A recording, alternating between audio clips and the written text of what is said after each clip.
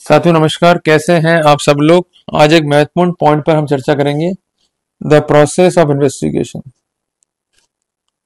काफी महत्वपूर्ण टॉपिक है और चाहे मामला एसीबी का हो, चाहे एनडीपीएस का हो, चाहे बीएनएस का हो, ये जो प्रिंसिपल्स हैं सेक्शन 176 बी एंड एसएस के, ये काफी महत्वपूर्ण है और इनकी जानकारी आपको होनी चाहिए।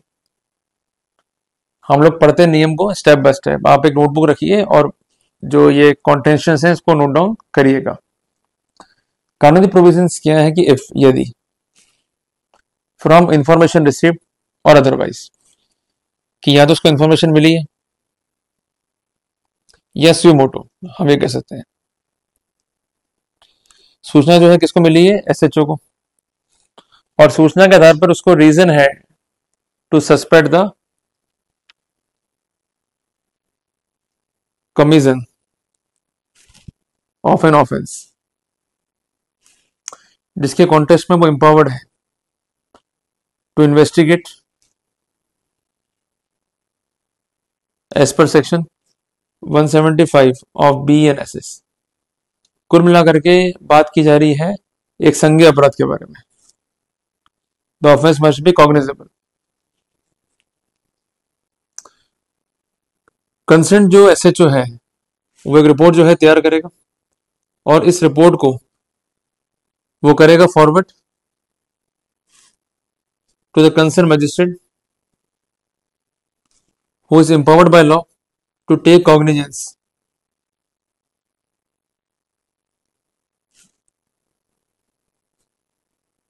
of such offence on police report. जो कंसर्न एसएचओ है ये करेगा प्रोसीड इन पर्सन, और वो चाहे तो किसी भी सबऑर्डिनेट को ये जो कार्रवाई है जांच की वो कर सकता है डेप्यूट, जिसको हम कहते हैं डेलीगेशन। पर वो कौन होगा सबऑर्डिनेट, उसका क्या रैंक होगा, इसके लिए जो जनरल या स्पेशल ऑर्डर हैं स्टेट गवर्नमेंट के, उसका पेरुजल जो है आवश्यक है।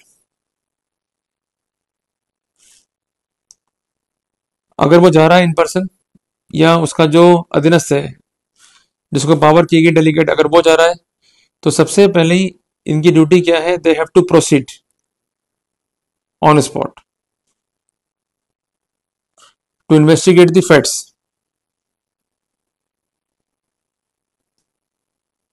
And circumstances of the case.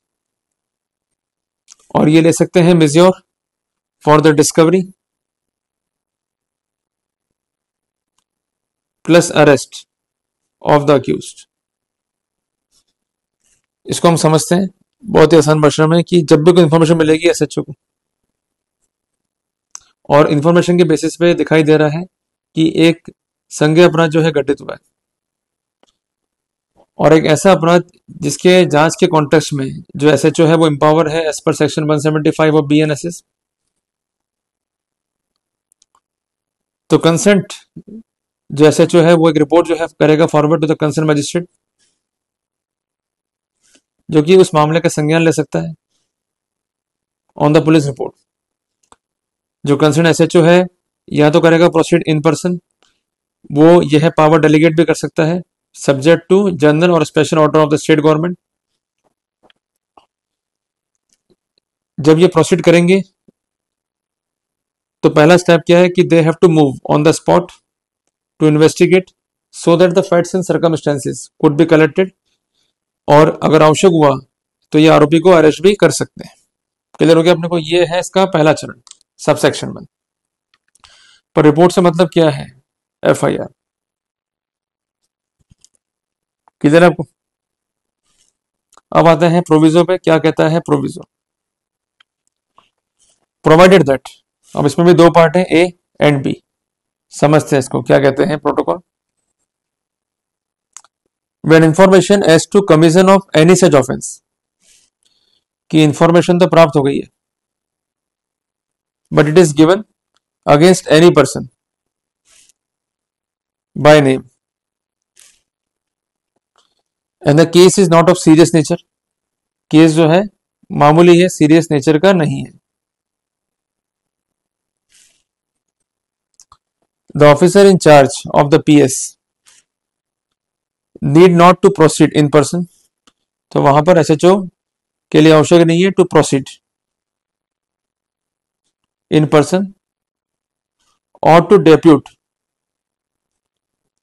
The subordinate to make an investigation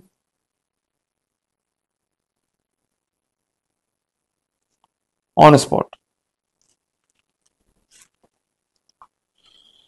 हालांकि ये स्थितियां जो हैं कन्फ्लिक्ट पैदा करती हैं, तो मोटी मोटी बात यह है कि जो प्राइमरी सेक्शन है उसको फॉलो करना पड़ेगा।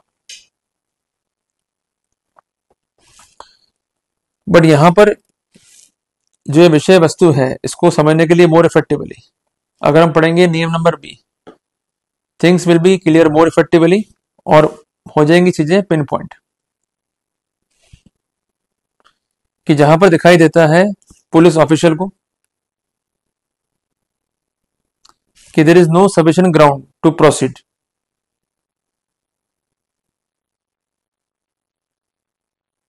तो वहां पर वो प्रोसीड नहीं करेगा।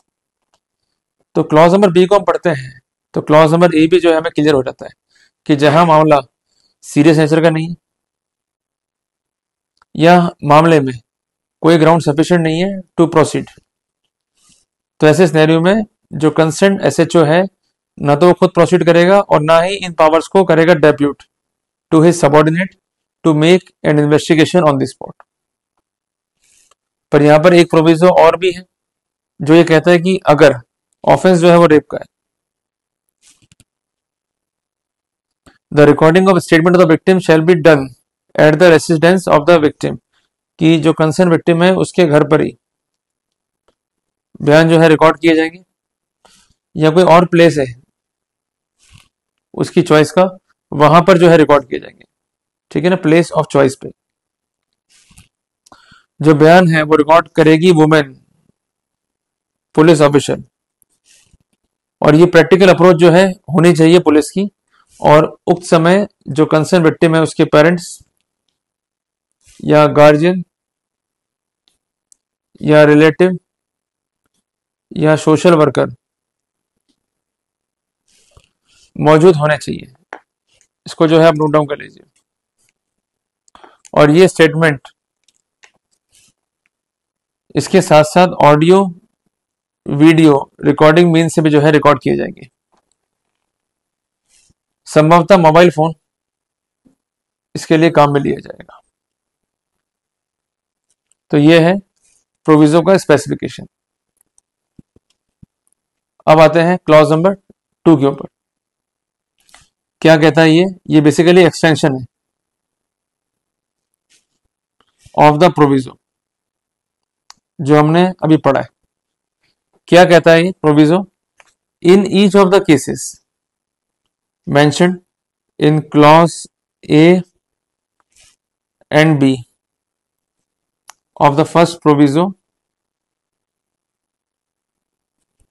of subsection 1,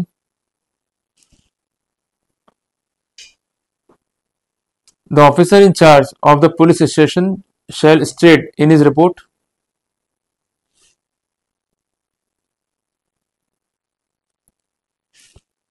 क्या स्टेट करेगा? the reasons for not fully complying with the requirement of that subsection by him, कि जांच कार्रवाई जो है संभव क्यों नहीं है, इसके लिए रीजंस का उल्लेख करेगा। और जो कंसेंट उसका डायरी है उसको करेगा forward to the concern magistrate.